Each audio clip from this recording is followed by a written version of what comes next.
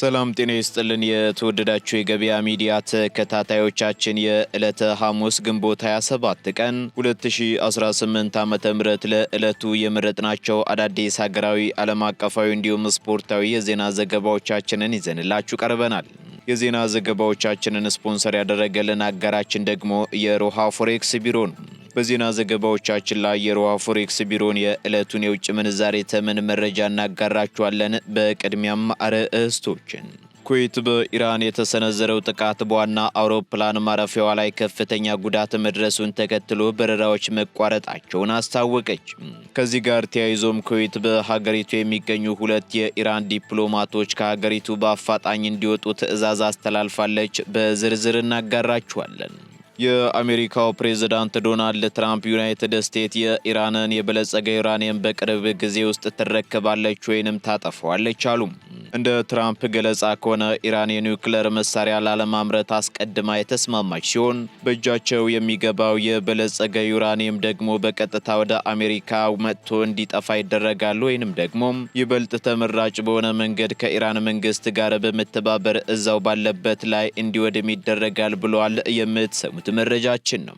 የታይዋን ደሴት በ32 የቻይና ወታደራዊ አውሮፕላኖችና በ15 መርከቦች መከበቧን የሀገሪቱ መከላከያ ሚኒስቴር አስታወቀ።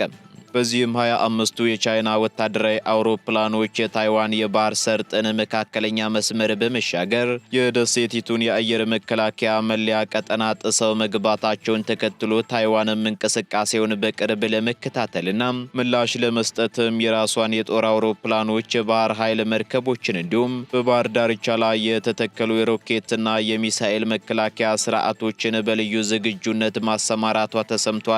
በዝርዝር ትሰሙታላችሁ። የአሜሪካ ተወካዮች ምክር ቤት ሪፐብሊካን መሪዎች ፕሬዝዳንት ዶናልድ ትራምፕ በኢራን ላይ የጀመሩትን የጦርነት ስልጣን ለመገደብ የቀረበው የውሳኔ ሀሳብ ላይ ሊያደርጉት የነበረውን የድምፅ አሰጣጥ ሂደት በድንገት መሰረዛቸው ተሰማ። በሌላ በኩል እስራኤልና ሊባኖስ በደቡብ ሊባኖስ አዳዲስ የደህንነት ቀጠናዎችን ለመመስረትና ጊዜያዊ የተኩስ አቁም ስምምነታቸውን ለተጨማሪ 45 ቀናት ለማደስ መስማማታቸውን የአሜሪካ የውጭ ጉዳይ ሚኒስቴር አስታውቋል። በዝርዝር ይዘነዋል። የተወደዳችሁ የገበያ ሚዲያ ተከታታዮቻችን እነዚህንና ስፖርታዊ መረጃዎችን ጨምሮ ሌሎች ለዕለቱ የመረጥናቸው ዜናዎችን ይዘንላችኋል። አሁን ደግሞ በዝርዝር ወደምንመለከታቸው መረጃዎቻችን እናልፋለን። ከዚህ በፊት በቦሌ ቡልቡላና አዲስ አበባ ስቴዲየም አቅራቢያ ዘመናዊ መኖሪያ ቤቶችን በጥራት አስረክቦ ታማኝነትን በስራ ያስመሰከረው ሁዳ ሪል ስቴት ዛሬም ብዙዎች ለመኖሪያ በሚመኟት በቦሌ 24 ላይ የ40% ቅናሽ የተደረገባቸው መኖሪያ ቤቶች አቅርቦላችኋል። ባለ 2 መኝታ 105 ካሬ 100% ለሚከፍሉ በ7.8 ሚሊዮን ብር አሊያም በ15% ቅድመ ክፍያ በ1.9 ሚሊዮን ብር፣ 115 ካሬ 100% ለሚከፍሉ በ8.6 ሚሊዮን ብር አሊያም በ15% ቅድመ ክፍያ በ2.1 ሚሊዮን ብር፣ 120 ካሬ 100% ለሚከፍሉ በ8.8 ሚሊዮን ብር አሊያም በ15% ቅድመ ክፍያ በ2.4 ሚሊዮን ብር፣ እንዲሁም ባለ 3 መኝታ 155 ካሬ 100% ለሚከፍሉ በ11.6 ሚሊዮን ብር አሊያም በ15% ቅድመ ክፍያ በ2.9 ሚሊዮን ብር አቅርበንላችኋል። ወደኛ ሲመጡ በግንባታ ሂደት የሚከፍሉ ሲሆን ምንም አይነት የዋጋ ጭማሪ አያሳስቦትም። ቅናሹ ለ10 ቤቶች ብቻ የወጣ ስለሆነ አሁኑኑ በ0911 96 6922 አሊያም በ0926 81 8321 ላይ ይደውለው። ምርጫው ሁዳ ሪል ስቴት ይሁን። ኢትዮጵያና አይኤምኤፍ የ468 ሚሊዮን ዶላር ስምምነት ላይ መድረሳቸው ተነገረ። ዓለም አቀፉ የገንዘብ ድርጅት አይኤምኤፍ እና የኢትዮጵያ ባለስልጣናት በተራዘመው የብድር አቅርቦት ፕሮግራም 5ኛ ግምገማ ላይ በባለሙያዎች ደረጃ ስምምነት ላይ መድረሳቸውን አስታውቀዋል። ይህ ስምምነትን በሚቀጥሉት ሳምንታት በድርጅቱ ስራ አስፈጻሚ ቦርድ ሙሉ በሙሉ ሲጸድቅ ኢትዮጵያ የ468 ሚሊዮን ዶላር ገደማ ተጨማሪ የፋይናንስ ድጋፍ እንድታገኝ ያደርጋታል ተብሏል። ይህም ሀገሪቱ በ4 ዓመታት ውስጥ ከምታገኘው የ3.4 ቢሊዮን ዶላር አጠቃላይ ድጋፍ ውስጥ እስካሁን የተለቀቀላትን የገንዘብ መጠን ወደ 2.65 ቢሊዮን ዶላር ከፍ እንደሚያደርገውም ተገልጿል። በሌላ በኩል ዓለም አቀፉ የገንዘብ ድርጅት IMF ኢትዮጵያ በአሁኑ ወቅት እያጋጠማት ያለውን ተለዋዋጭና አሳሳቢ የዓለም አቀፍ ኢኮኖሚ ሁኔታ ለመቋቋም እንዲሁም የዋጋ ግሽበትን ለመቆጣጠር ስትል የጀመረችውን ጥብቅ የገንዘብ ፖሊሲ አጠናክራ እንድትቀጥልም በጥብቅ አሳስቧል። የIMF የልዑካን ቡድን መሪ አልቫሮ ፒሬስ በበኩላቸው በሰጡት መግለጫ በመካከለኛው ምስራቅ ያለው ግጭት የንግድ እንቅስቃሴን በማስተጓጎልና የነዳጅ እንዲሁም ማዳበሪያ ዋጋን በመጨመር በኢትዮጵያ ኢኮኖሚ ላይ ውጫዊ ጫና ፈጥሮ የነበረ ቢሆንም የሀገሪቱ የኢኮኖሚ እንቅስቃሴ ግን አሁንም ጠንካራ ሆኖ መቀጠሉን ገልጸዋል። ሆኖም ከውጭ ጫናዎች ጋር ተያይዞ የሚመጡ አዳዲስ ፈተናዎችን ለመቋቋም ጥብቅ የገንዘብ ፖሊሲውን አጠናክሮ መቀጠል እንደሚገባ አሳስበዋል። በተጨማሪም IMF የሀገር ውስጥ ገቢ አሰባሰብን ማጠናከር፣ የመንግስትን ወጪ በአግባቡ ማስተዳደርና በውጭ ምንዛሬ ገበያው ላይ ግልጸኝነትንና አሰራርን ይበልጥ ማሳደግ እንደሚገባም ምክረ ሐሳቡን አቅርቧል።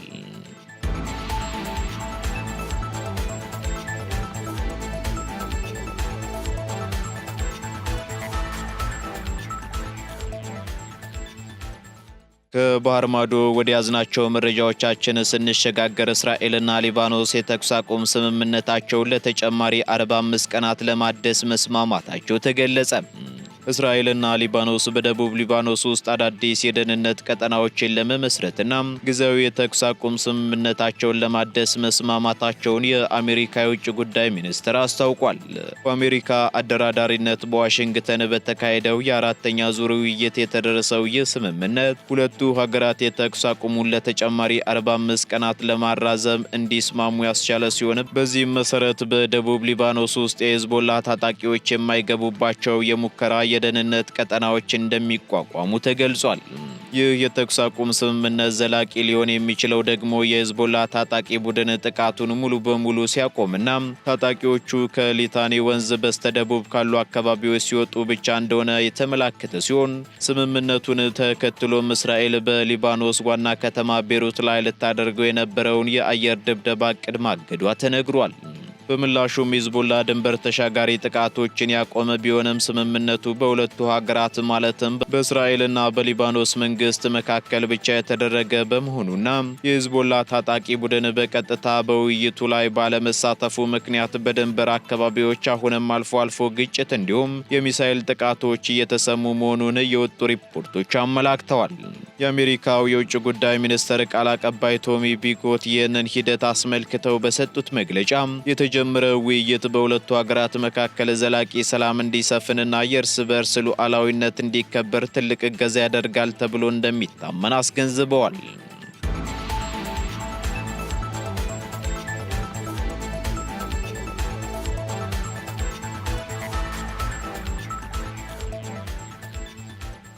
ኩዌት በኢራን የተሰነዘረው ጥቃት በዋና አውሮፕላን ማረፊያዋ ላይ ከፍተኛ ጉዳት ማድረሱን ተከትሎ በረራዎች መቋረጣቸውን አስታወቀች። የኩዌት መከላከያ ሚኒስቴር በዋናው ዓለም አቀፍ አውሮፕላን ማረፊያዋ ላይ በኢራን የተሰነዘረውን የድሮን ጥቃት ተከትሎም የንግድ በረራዎች ለመቋረጥ መገደዳቸውን አስታውቋል። የመከላከያ ሚኒስቴር ቃል አቀባይ ብርጋዴር ጀነራል ሳውድ አብዱልአዚዝ አልኦታይቢ እንደገለጹት ጠላት በርካታ ድሮኖችን በአውሮፕላን ማረፊያው የመንገደኞች ተርሚናል ላይ ያነጣጠረ ጥቃት የሰነዘረ ሲሆን በዚህም ሳቢያ ደግሞ በህንፃውና በመሰረተ ልማቶች ላይ ከፍተኛ ጉዳት ደርሷል ብለዋል። በጥቃቱም ወዲያው የአንድ ሰው ህይወት ሲያልፍ ከ60 በላይ ሰዎች መቁሰላቸው የተረጋገጠ ሲሆን ህይወቱ ያለፈው ግለሰብ የህንድ ዜግነት ያለው መሆኑን ደግሞ በኩዌት የሚገኘው የህንድ ኤምባሲ አስታውቋል። ይህ ጥቃት የተሰነዘረው አሜሪካና ኢራን በባህረ ሰላጤው ቀጠና ሚሳኤሎችን ከተለዋወጡ ከጥቂት ሰዓታት በኋላ ሲሆን የአሜሪካ ጦር ኢራን ወደ ኩዌትና ባህሬን ያስወነጨፈቻቸውን በርካታ ሚሳኤሎችና ድሮኖች ማክሸፉን አስታውቆም ነበር። ድርጊቱን ተከትሎ የአውሮፕላን ማረፊያው ስራም የተቋረጠ ሲሆን ወደ ሀገሪቱ ሊገቡ የነበሩ በረራዎችም ወደ ጎረቤት ሀገራት እንዲቀየሩ ተደርጓል። ይሁን እንጂ በኋላ ላይ ጥቃት ካልደረሰበት ሌላ ተርሚናል በመነሳት የኩዌት አየር መንገድ በረራዎችን በከፊል መጀመሩ ተነግሯል። የኩዌት የውጭ ጉዳይ ሚኒስትር በበኩሉ ድርጊቱን የኢራን የወንጀል ጥቃት ሲል አጥብቆ የኮነነ ሲሆን ሀገሪቱ ሉዓላዊነቷን ለማስከበር ምላሽ የመስጠት መብቷ የተጠበቀ መሆኑን አስታውቋል። ከዚሁ ጋር ተያይዞም ኩዌት በሀገሪቱ የሚገኙ 2 የኢራን ዲፕሎማቶችን ከሀገር እንደምታስወጣ በይፋ አስታውቃለች።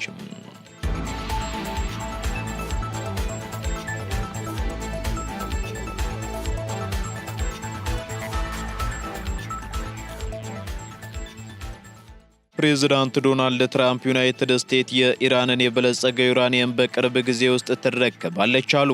የአሜሪካው ፕሬዝዳንት ዶናልድ ትራምፕ ዩናይትድ ስቴትስ በኢራን እጅ የሚገኘውን የበለጸገ ዩራኒየም በቅርብ ጊዜ ውስጥ እንደምትረከብና እንደምታጠፈው አስታውቀዋል።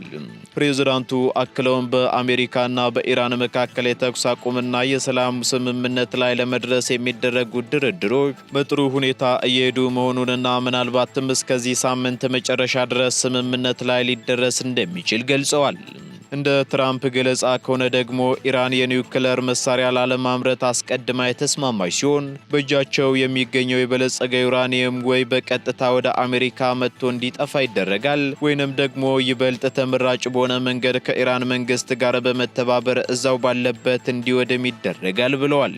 ይሁን እንጂ የኢራን የውጭ ጉዳይ ሚኒስትር በበኩሉ አሁን ባለው መረጃ ላይ ትኩረቱ ጦርነቱን ማስቆም ላይ ብቻ እንደሆነና ስለ ኒውክሌር ጉዳይ ዝርዝር ድርድር እንዳልተደረገ በመግለጽ የትራምፕን ንግግር በተወሰነ መልኩ አስተባብሏል።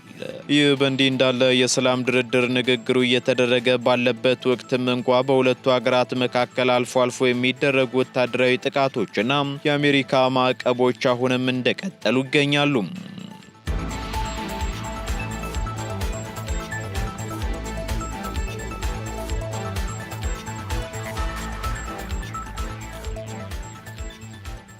በታይዋን ዙሪያ 32 የቻይና ወታደራዊ አውሮፕላኖችና 15 መርከቦች መገኘታቸውን የሀገሪቱ መከላከያ ሚኒስቴር አስታወቀ። የታይዋን ብሔራዊ መከላከያ ሚኒስቴር ባለፉት 24 ሰዓታት ውስጥ በደሴቲቱ ዙሪያ ከፍተኛ ቁጥር ያላቸው የቻይና ወታደራዊ አውሮፕላኖችና መርከቦች መንቀሳቀሳቸውን አስታውቋል። ሚኒስትሩ ይፋ ባደረገው መረጃ መሰረትም በአጠቃላይ 32 የቻይና ወታደራዊ አውሮፕላኖችና 15 የጦርና የመንግስት መርከቦች በታይዋን አቅራቢያ ታይተዋል ተብሏል። ከተገኙት ወታደራዊ አውሮፕላኖች መካከልም 25ቱ የታይዋን የባህር ሰርጥን መካከለኛ መስመር በመሻገር የደሴቲቱን ሰሜናዊ፣ ደቡብ፣ ምዕራብና ምስራቃዊ የአየር መከላከያ መለያ ቀጠና ጥሰው መግባታቸው ተነግሯል። ከአየር ኃይል እንቅስቃሴው በተጨማሪም 10 የባህር ኃይል የጦር መርከቦችና 5 የቻይና መንግስት ይፋዊ መርከቦችም በታይዋን አቅራቢያ በሚገኙ የባህር ክልሎች ላይ ሲንቀሳቀሱ ተስተውለዋል።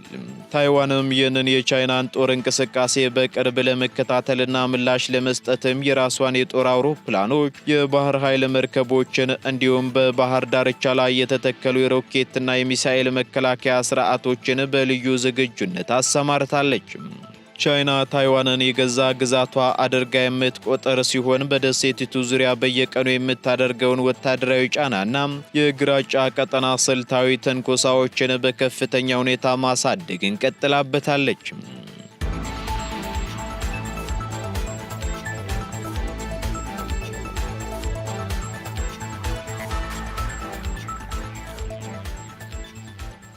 ወደ መጨረሻው ዝርዝር መረጃችን ስንሸጋገር የአሜሪካ የተወካዮች ምክር ቤት የትራምፕን የኢራን ጦርነት ስልጣን ለመገደብ ያቀደው ድምፅ አሰጣጥ ተሰረዘ።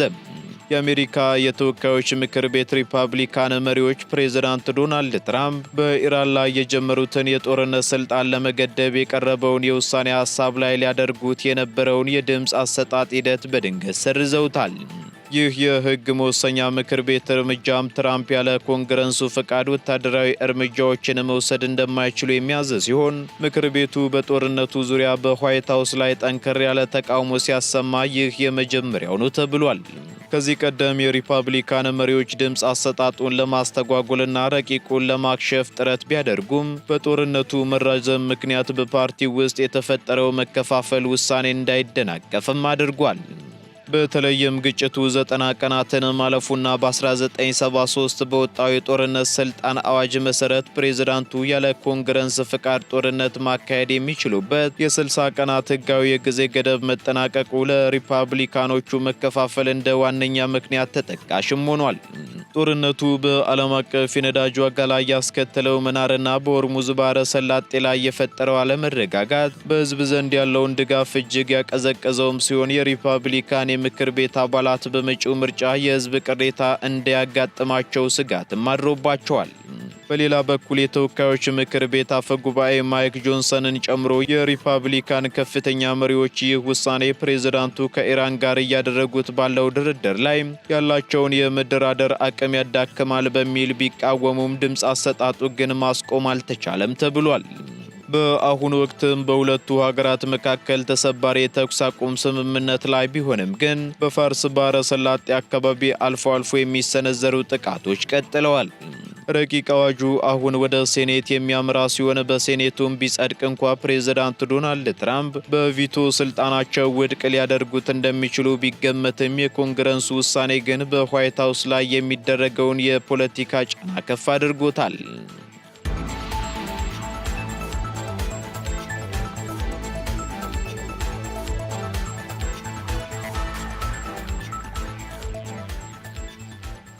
ቀጥለናል። ውድ ተከታታዮቻችን ወደ ስፖርታዊ መረጃዎቻችን ስንሸጋገር የሲቢ የኢትዮጵያ ፕሪሚየር ሊግ የ34ኛ ሳምንት ብቸኛ ተስተካካይ መርሃ ግብር ዛሬ ይከናወናል የተባለ ሲሆን ዋሊያዎቹ ወደ አሜሪካ ተጉዘው የሚያደርጉት ጨዋታ መሰረዙም ተነግሯል። ትናንት በወዳጅነት ጨዋታ የተደረጉ መርሃ ግብሮች ውጤትና የሰሜን ኮሪያው መሪ ኪም ጆንግ ኡን አቀባበል ያደረጉት ለታሪክ ሰሪው የሀገሪቱ ቡድን እንዲሁም ደግሞ የሊዮኔል ሜሲ ልዩ ሽልማትና የአንሲ ፍሊክ መመረጥን ጨምሮ ሌሎች ወቅታዊ ስፖርታዊ መረጃዎችንም ኮንን አልሞ አዘጋጅቷቸዋል። ተከታትለን እንመለስ። አመሰግናለሁ መላኩ። እንደምንውላችኋል ውድ የገበያ ሚዲያ ቤተሰቦቻችን፣ እነሆ የዕለቱን ስፖርታዊ ዜናዎች ወደ እናንተ አደርሳለሁ።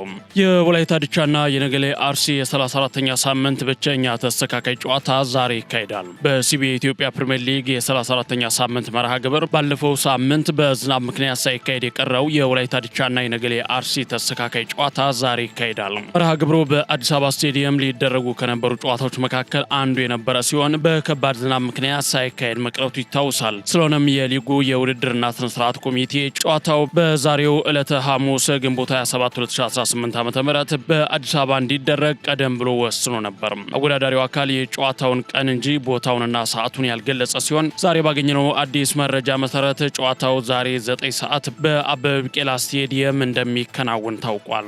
ዋሊያዎቹ የአዲስ አበባ ልምምዳቸውን አጠናቀዋል። የኢትዮጵያ ብሔራዊ ቡድን የአዲስ አበባ የመጨረሻ ልምምዱን በትላንትናው ዕለት በኢትዮጵያ ንግድ ባንክ ሜዳ አከናውነዋል። ዋሊያዎቹ በዛሬው ዕለት ቀን 6 ሰዓት ከ35 ላይ ወደ ድሬዳዋ የሚያመሩ ሲሆን ከማላዊ ጋር የሚያደርጉት የመጀመሪያ የወዳጅነት ጨዋታ ቅዳሜ እንዲሁም ሁለተኛ ጨዋታቸው ደግሞ ማክሰኞ ይከናወናል።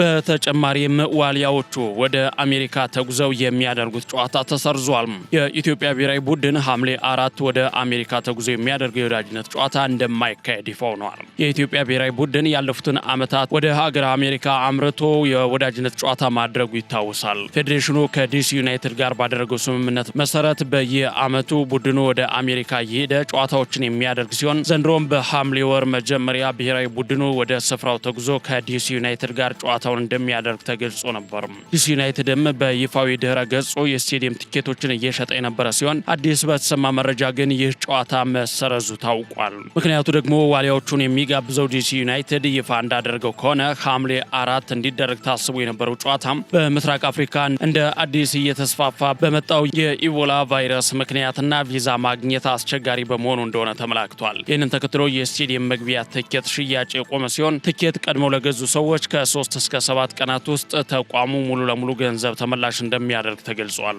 ትላንት በተደረገ ጨዋታ አልጄሪያ ኔዘርላንድን አሸንፋለች። ኔዘርላንድ በወዳጅነት ጨዋታ ነው በአፍሪካዋ ሀገር አልጄሪያ የተሸነፈችው። የአልጄሪያን የማሸነፊያ ብቸኛ ግብ ሀጂ ሙሳ 86ኛው ደቂቃ ላይ ማስቆጠር ችሏል። ጣሊያን በበኩሏ በወዳጅነት ጨዋታ ሉክሰምበርግን አሸንፋለች። የጣሊያንን ብቸኛ የማሸነፊያ ግብ ኤስፖሲቶ 49ኛው ደቂቃ ላይ አስቆጥሯል። የሰሜን ኮሪያው መሪ ኪም ጆንግ ኡን ለታሪክ ሰሪው የሀገሪቱ ክለብ አቀባበል አድርገዋል። የሰሜን ኮሪያው ክለብ ኔጎሄያንግ ከቀናት በፊት የሴቶች እስያ ሻምፒዮንስ ሊግ ዋንጫን አሸንፎ ነበር። ታዲያ በድል ለተመለሰው ቡድኑ የሀገሪቱ መሪ ደማቅ አቀባበል ያደረጉ ሲሆን በወቅቱ ተጫዋቾቹ ከደስታ የመነጨ እንባ ሲያነቡ ታይተዋል። ክለቡ ዋንጫውን ማሸነፍ የቻለ በታሪክ የመጀመሪያው የሰሜን ኮሪያ ክለብ ሲሆን ለፍጻሜ የደረሰውም የደቡብ ኮሪያን ክለብ ስዋንን በማሸነፍ ነበር። ደቡብ ኮሪያ ሴኡል በተደረገው ፍጻሜ ደግሞ የጃፓኑን ክለብ ቶኪዮ ቬርዲ ቬሌዛን በማሸነፍ ነው ሻምፒዮን የሆነው።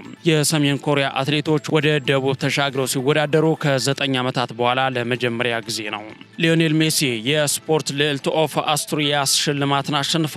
አርጀንቲናዊው የዓለም እግር ኳስ ኮከብ ሊዮኔል አንድሬስ ሜሲ ለስፖርት ላበረከተው አስተዋጽኦ የአስትሪያስ ልዕልት ሽልማትን አሸናፊ ሆኗል። ሊዮኔል ሜሲ ከ12 የተለያዩ ሀገራት ከተወከሉ 27 እጩዎች መካከል ነው አሸናፊ ሆኖ መመረጥ የቻለው። የአስትሪያስ የስፖርት ልዕልት ሽልማት ለአንድ የእግር ኳስ ተጫዋች በተናጠል ሲሰጥ ይህ ለመጀመሪያ ጊዜ ነው። ሃንሲ ፍሊክ የ2025/26 የስፔን ላሊጋ የዓመቱ ምርጥ አሰልጣኝ ተብሎ ተመርጧል።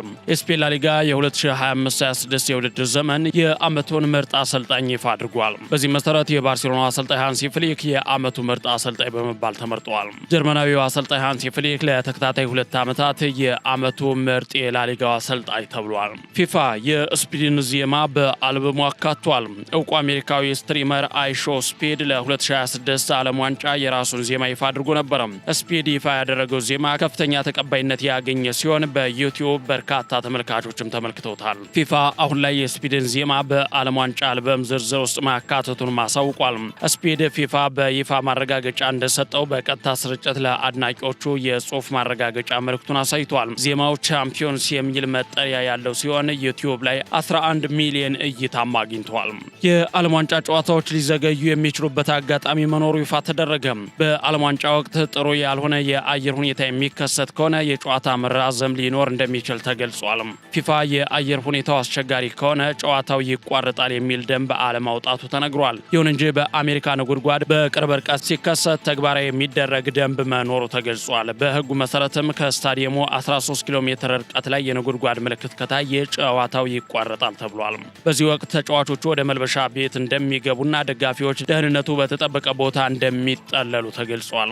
ቀጥሎ በ30 ደቂቃ ውስጥ ዳግም ምልክት የማይታይ ከሆነ ጨዋታው እንደሚጀምር ተነግሯል። ይሁን እንጂ በ30 ደቂቃ ውስጥ ነገሮች የሚስተካከሉ ከሆነ ደቂቃው በድጋሚ መቁጠር እንደሚጀምር ተዘግቧል። በዚህ ምክንያት የዓለም ዋንጫ ጨዋታዎች ለረጅም ሰዓት የመስተጓጎል እድል እንዳላቸው ነው የተነገረው። ከዚህ በፊት በክለቦች ዓለም ዋንጫ ውድድር ወቅት ተመሳሳይ ክስተቶች እንደነበሩ አይዘነጋም። አንዶኒ ኢራኦላ በይፋ የሊቨርፑል አሰልጣኝ ሆኗል። እስከ 2028 የሚያቆየውን ውልም ፈርሟል። አሁን ላይ ይፋ የማድረግ ስራዎች ብቻም ነው የቀሩት ተብሏል። በሪያል ማድሪድ ቤት በሚደረገው ፕሬዝዳንታዊ ምርጫ ቀስቀሳ በርካታ ነገሮች እየሰሙ ነው። እጩዎቹ ለመመረጥ ያግዘናል ያሏቸውን በርካታ የዝውውር ጉዳዮችም እያነሱ ነው። ፍሎረንቲኖ ፔሬዝ የሪያል ማድሪድ ፕሬዝዳንት ሆነው የሚቀጥሉ ከሆነ ጆዜ ሞሪኖን የሪያል ማድሪድ ዋና አሰልጣኝ አድርገው እንደሚሾሙ አረጋግጠዋል።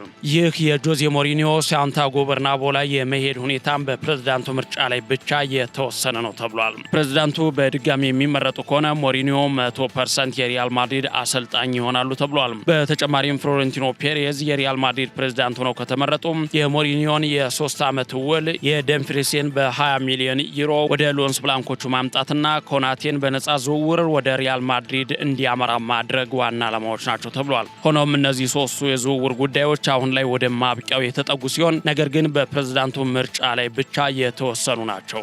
ሌላኛው የሪያል ማድሪድ እጩ ፕሬዝዳንት ኤነሪኬ ሪኬልሚ በበኩላቸው ምርጫውን ካሸነፉ ትልልቅ ተጫዋቾችን እንደሚገዙ ገልጸዋል። ኤነሪኬ ሪኬልሚ በንግግራቸው አመጣዋለሁ ያልኩት ኮከብ ኤርሊንግ ሃላንድ ነው ሲሉ አሳውቀዋል። እኔ የሪያል ማድሪድ ፕሬዝዳንት ከሆንኩ ሃላንድ ለሪያል ማድሪድ ይጫወታል ያሉት ሪኬልሚ በተጨማሪም ሮድሪ ይመጣል ብለዋል። ካሸነፍኩ ኤርሊንግ ሃላንድና ሮድሪን ለማስፈረም ሁሉንም አደርጋለሁ ሲሉም ነው ቃል የገቡት። ይሁን እንጂ የኤርሊንግ ሃላንድ ወኪል ነገሩን አዝናኝ ያሉት ሲሆን እውነት አይደለም ሲሉም አስተባብለዋል። አያይዘውም ምርጫውን ካሸነፉ ጆዜ ሞሪኖ እንደማይፈለጉና የራሳቸውን አዲስ አሰልጣኝ እንደሚያመጡ ገልጸዋል። የምርጫ ተወዳዳሪው ኤነሪኬ ሪኬልሚ አሰልጣኝ የርገን ክሎፕን እያነጋገሩ መሆኑ የተዘገበ ሲሆን አረብ ወይም ቅዳሜ የእኔን አሰልጣኝ በይፋ አሳውቃለሁ ሲሉም ቃል ገብተዋል። ይህንን ተከትሎ ፋብሪዚዮ ሮማኖ ሪያል ማድሪዶች እብደት ውስጥ ናቸው፣ በቀጣይ 2 ቀናት ውስጥ ያልተጠበቁ እብድ ዝውውሮችን ልንመለከት እንችላለን ሲል ዘግቧል። መላኩ ለሰዓቱ ያስኳቸውን ስፖርታዊ ዜናዎች በዚሁ ልቋጭ። አመሰግናለሁ።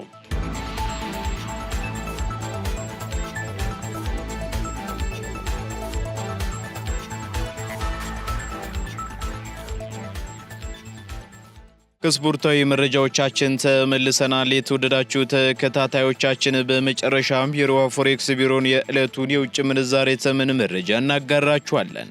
በዚህም አንድ የአሜሪካ ዶላር 173 ብር ከ25 ሳንቲም እየተገዛ 176 ብር ከ71 ሳንቲም እየተሸጠ ይገኛል። ፓውንድ ስተርሊንግ 228 ብር ከ54 ሳንቲም እየተገዛ 233 ብር ከ11 ሳንቲም እየተሸጠ ይገኛል። ዩሮ ደግሞ 198 ብር ከ61 ሳንቲም መግዣው ሲሆን መሸጫው እንዲሁ 202 ብር ከ58 ሳንቲም ሆኗል። ስዊስ ፍራንክ 217 ብር ከ25 ሳንቲም እየተገዛ 221 ብር ከ59 ሳንቲም እየተሸጠ ይገኛል። የተባበሩት አረብ ኤምሬት ድራም ደግሞ 46 ብር ከ90 ሳንቲም መግዣው ሲሆን መሸጫው እንዲሁ 47 ብር ከ83 ሳንቲም ሆኗል። የሳውዲ ሪያል 45 ብር ከ87 ሳንቲም እየተገዛ 46 ብር ከ78 ሳንቲም እየተሸጠ ይገኛል። የቻይናው ዩዋን 24 ብር ከ82 ሳንቲም እየተገዛ 25 ብር ከ31 ሳንቲም እየተሸጠ ይገኛል። የካናዳ ዶላር ደግሞ 122 ብር ከ4 ሳንቲም እየተገዛ 124 ብር ከ48 ሳንቲም እየተሸጠ መሆኑን የሮሃ ፎሬክስ ቢሮ የዕለቱ የውጭ ምንዛሬ ተመን መረጃ ያመለክታል።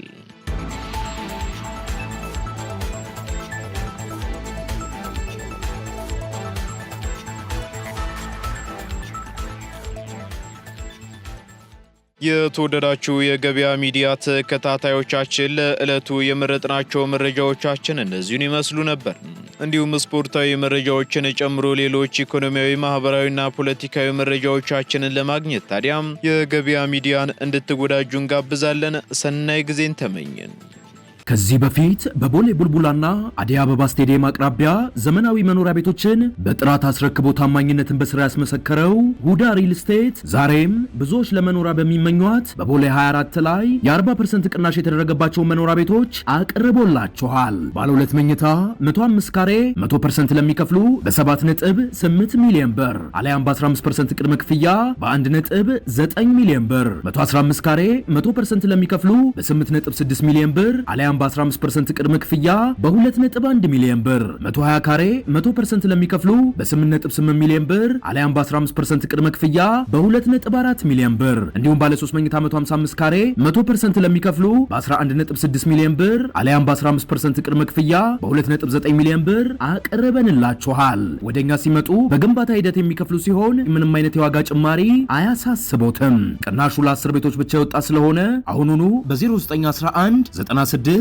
6922 አሊያም በ0926 81 8321 ላይ ይደውሉ። ምርጫው ሁዳ ሪል ስቴት ይሁን።